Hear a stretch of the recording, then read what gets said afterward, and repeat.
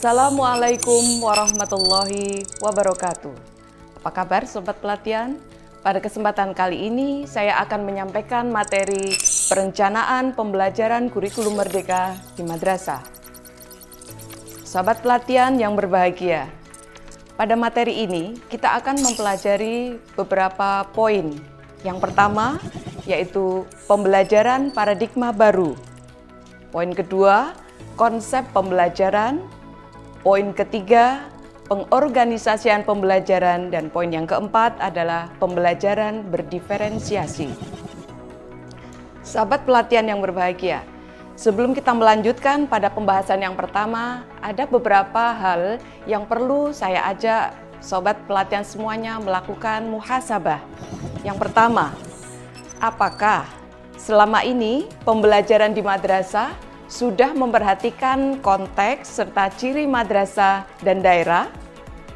Yang kedua, apakah pelaksanaan pembelajaran dan asesmen selama ini yang dilaksanakan di madrasah telah mempertimbangkan karakteristik dan kebutuhan peserta didik? Yang ketiga, apakah peserta didik sudah merasa bahwa mereka ikut memiliki pembelajaran yang selama ini diselenggarakan oleh gurunya di kelas? Sobat pelatihan yang saya banggakan, berdasarkan ketiga pertanyaan tersebut, mari kita lihat bahwa pembelajaran paradigma baru sesungguhnya bukanlah sesuatu yang benar-benar baru. Pembelajaran paradigma baru pada hakikatnya adalah sebuah interaksi pembelajaran, sebuah penyelenggaraan pembelajaran yang berfokus pada hak belajar peserta didik. Oleh karena itu, guru di dalam melaksanakan pembelajaran di kelas hendaknya memperhatikan karakteristik peserta didiknya. Dan dalam kurikulum merdeka ini, guru mendapat kesempatan untuk bebas merumuskan tujuan pembelajaran yang tentu saja harus memperhatikan peserta didiknya. Setelah merumuskan tujuan pembelajaran, diharapkan guru mampu mendesain pembelajaran, merancang asesmen yang harus melihat seperti apa dan siapa peserta didik yang difasilitasi pembelajarannya. Sahabat pelatihan, dalam memfasilitasi kebutuhan peserta didik inilah guru juga perlu memperhatikan apakah di kelasnya dan juga di madrasahnya terhadap peserta didik yang memiliki kebutuhan khusus. Ketika seorang guru mengetahui bahwa di kelasnya terdapat peserta didik yang memiliki kebutuhan khusus, maka guru harus memberikan layanan pembelajaran yang akomodatif agar setiap peserta didik, apakah mereka memiliki kebutuhan khusus ataupun tidak, mereka tetap bisa belajar, mereka bisa berkembang, mengembangkan potensinya sesuai yang Tuhan anugerahkan. Sahabat pelatihan, terkait dengan paradigma pembelajaran baru tersebut, ada beberapa prinsip yang harus diperhatikan oleh para guru. Yang pertama yaitu guru ketika akan merancang pembelajaran diharapkan mampu merancang dengan memperhatikan karakteristik peserta didiknya. Disadari bahwa peserta didik itu memiliki kondisi, memiliki kesiapan belajar yang berbeda. Maka agar setiap peserta didik mendapatkan hak belajarnya, yang pertama harus dilakukan oleh guru adalah mengetahui apa dan siapa peserta didiknya agar mereka dapat belajar secara efektif. Apakah peserta didiknya itu memiliki kesiapan belajar yang sama? Apakah minat mereka dalam pembelajaran itu sama? Apakah profil atau gaya belajar mereka itu sama? Setidaknya 3 hal mendasar inilah yang harus dihimpun oleh guru agar karakteristik belajar peserta didiknya dapat dipahami dengan baik. Baik Bapak Ibu, prinsip yang kedua dari pembelajaran adalah membangun pembelajar sepanjang hayat. Salah satu kritik yang dilontarkan pada kurikulum yang sudah terlaksana selama ini adalah bahwa guru masih belum maksimal di dalam memberikan bekal keterampilan hidup. Oleh karena itu, pada kesempatan kali ini, yaitu dalam implementasi kurikulum merdeka, diharapkan peserta didik itu diberikan kesempatan, diberikan fasilitasi agar mereka memiliki keterampilan, kecakapan untuk mereka menjadi bagian dari komunitas masyarakat. Prinsip yang ketiga, yaitu mengembangkan atau fokus pada pengembangan kompetensi dan karakter peserta didik. Sobat pelatihan yang berbahagia, selama ini ada kecenderungan ketika guru masuk ke dalam kelas, maka fokusnya bukan dan tidak selalu untuk memaksimalkan kompetensi siswanya. Namun yang difikirkan masih cenderung pada beban muatan materi yang terlalu syarat. Sehingga ketika masuk ke kelas, guru itu berpikirnya cenderung, yaitu apakah materi saya masih banyak ataukah tinggal sedikit, waktu saya yang tersisa untuk masuk kelas itu masih banyak ataukah tinggal sedikit. Sehingga fokus tugas guru untuk memaksimalkan penguasaan kompetensi cenderung sedikit tersisihkan, walaupun bukan berarti diabaikan sama sekali. Itu yang pertama. Yang kedua, bahwa ketika siswa belajar, sesungguhnya yang dipelajari bukan hanya sekadar pengetahuan, keterampilan, namun yang mendasar dan tidak kalah pentingnya adalah penguatan karakter.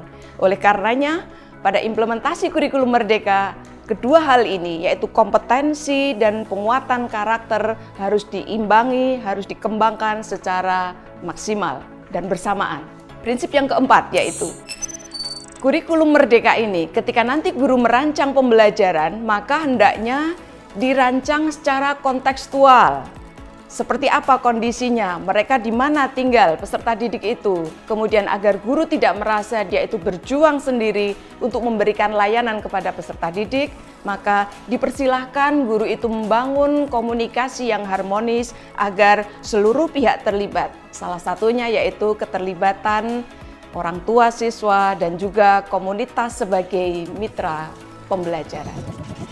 Yang terakhir yaitu berorientasi pada masa depan. Belajarnya peserta didik saat ini sesungguhnya bukan hanya untuk kepentingan penguasaan kompetensi hari ini, namun yang lebih penting lagi adalah bagaimana menyiapkan mereka menjadi generasi masa depan bangsa. Oleh karena itu, Bapak Ibu, di dalam interaksi pembelajaran hendaknya aktivitas pembelajaran, konten-konten materi pembelajaran diarahkan untuk memberikan keterampilan bagi peserta didik untuk siap menjadi bagian dari komunitas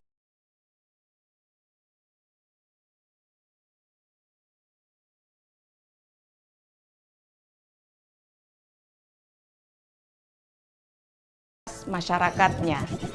Sahabat pelatihan yang berbahagia, di dalam implementasi kurikulum Merdeka di madrasah, utamanya dalam pelaksanaan pembelajaran, ada sebuah siklus yang perlu diperhatikan.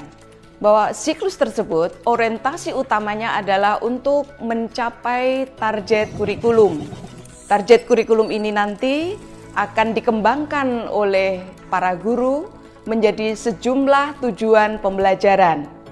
Nah, di dalam melaksanakan tujuan pembelajaran tersebut, ada dua aspek yang tidak boleh dipisahkan, yaitu pembelajaran dan assessment.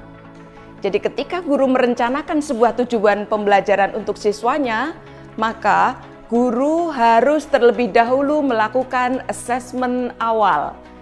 Mengapa? Karena melalui assessment awal ini diharapkan guru itu tahu yang akan difasilitasi belajar itu sesungguhnya siswa yang bagaimana.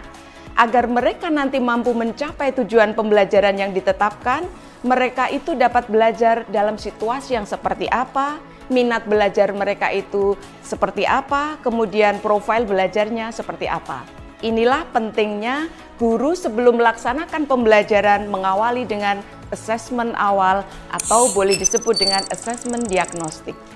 Ketika guru sudah mengetahui profil siswanya, maka berikutnya tujuan pembelajaran yang tadi ditetapkan, disiapkan perencanaan pembelajarannya.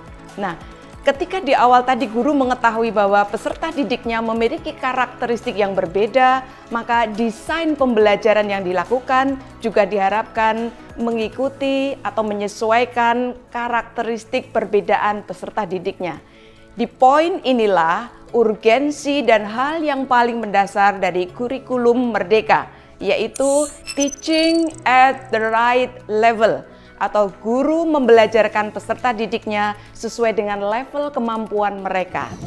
Nah, untuk tahu apakah siswa itu atau peserta didik itu telah mampu belajar dengan efektif atau belum, apakah untuk menuju ke tujuan pembelajaran yang ditetapkan itu sudah maksimal atau belum, seiring dengan berlangsungnya pembelajaran, guru harus kembali melakukan assessment selama dan mengiringi proses pembelajaran.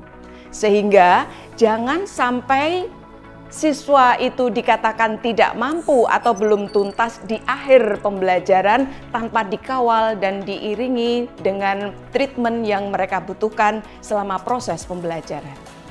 Baik, setelah melaksanakan pembelajaran, maka berikutnya guru perlu melakukan assessment di akhir tujuan pembelajarannya. Inilah yang disebut dengan assessment sumatif. Adapun yang dilakukan di awal itu tadi disebut sebagai assessment formatif. Assessment formatif itu dilakukan sebelum guru mengawali pembelajaran dan sambil melaksanakan pembelajaran, guru juga menyelenggarakan pembelajaran. Sobat pelatihan yang berbahagia, setelah ini ada beberapa pertanyaan lagi yang perlu kita jadikan sebagai bahan renungan sebelum nanti saya menyampaikan apa yang perlu sobat lakukan saat akan menyiapkan rancangan pembelajaran.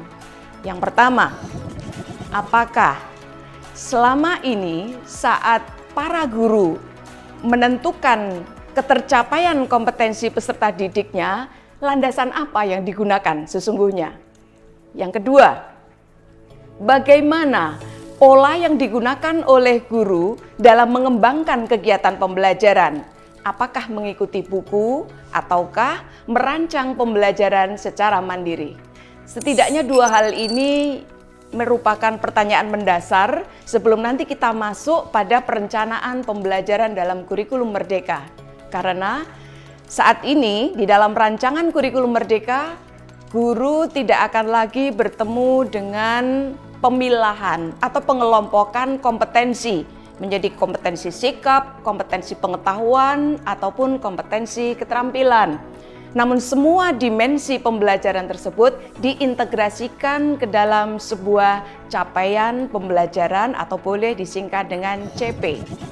CP atau capaian pembelajaran sesungguhnya adalah sebuah kompetensi pembelajaran yang harus dicapai oleh peserta didik pada setiap fase.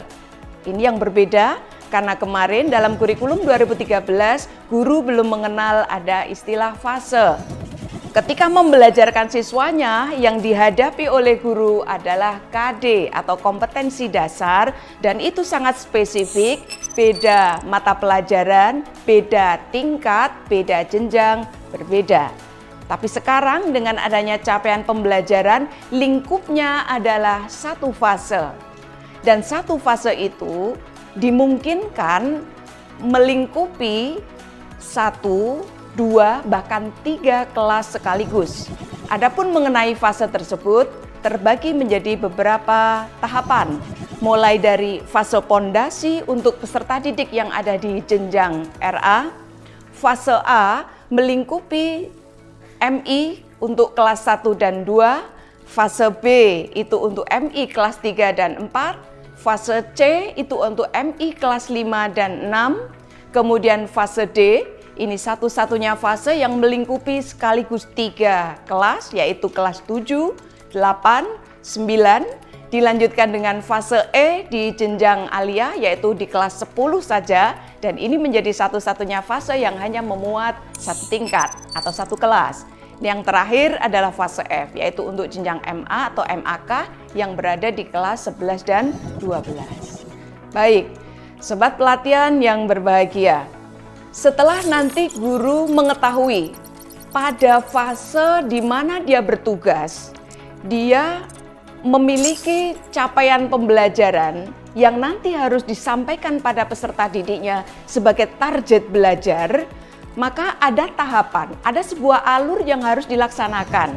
Yang pertama yaitu masing-masing CP di setiap fase itu oleh guru yang berada dalam fase yang sama harus memahami konten yang ada di dalam CP itu meliputi atau terdiri dari apa saja. Kemudian yang kedua, setelah memahami konteks dan konten CP-nya di masing-masing mapel, maka berikutnya tugas guru adalah merumuskan tujuan pembelajaran. Nah, mengenai perumusan tujuan pembelajaran dari CP, kemudian nanti alur berikutnya yaitu menyusun alur tujuan pembelajaran menjadi ATP, akan ada sesi khusus yang akan membawa sobat pelatihan semuanya memahami lebih detail. Berikutnya, setelah nanti guru memiliki rumusan TP, maka TP tersebut harus diurutkan. Sehingga urutan tersebut nanti menjadi alur tujuan pembelajaran yang linear tentu saja. Nah, berdasarkan alur tujuan pembelajaran inilah, nanti guru berikutnya diharapkan mampu merancang pembelajaran yang memahami dan memfasilitasi diferensiasi kebutuhan belajar peserta didiknya. Sobat pelatihan yang berbahagia, tujuan pembelajaran sebagaimana halnya capaian pembelajaran setidaknya ada dua aspek atau dua komponen yang harus dipahami, yaitu satu, kompetensi apa yang ada di dalam tujuan pembelajaran atau sebelumnya dikembangkan dari capaian pembelajaran. Kompetensi ini bisa memuat kompetensi dalam lingkup pengetahuan, bisa juga dalam lingkup keterampilan, begitu juga kompetensi sikap. Dan apabila pembahasannya adalah pada capaian pembelajaran, maka ketiga kompetensi ini dibangun secara harmonis menjadi satu kesatuan kompetensi. Kemudian satu lagi, mengingat bahwa nanti belajarnya peserta didik itu harus spesifik, maka spesifikasi pembelajaran diantaranya ada lingkup materi. Maka ketika nanti guru akan merumuskan tujuan pembelajaran dari sebuah CP, dua hal mendasar ini yaitu kompetensi dan lingkup materi tidak boleh diabaikan. Baik Bapak Ibu, inilah di antara yang paling mendasar dari pembelajaran berdiferensiasi. Selamat menunaikan tugas Bapak Ibu yang mulia, tetap semangat mengikuti pelatihan ini dan video-video selanjutnya. Bismillah, Allah akan menyertai niatan baik kita. Assalamualaikum warahmatullahi wabarakatuh.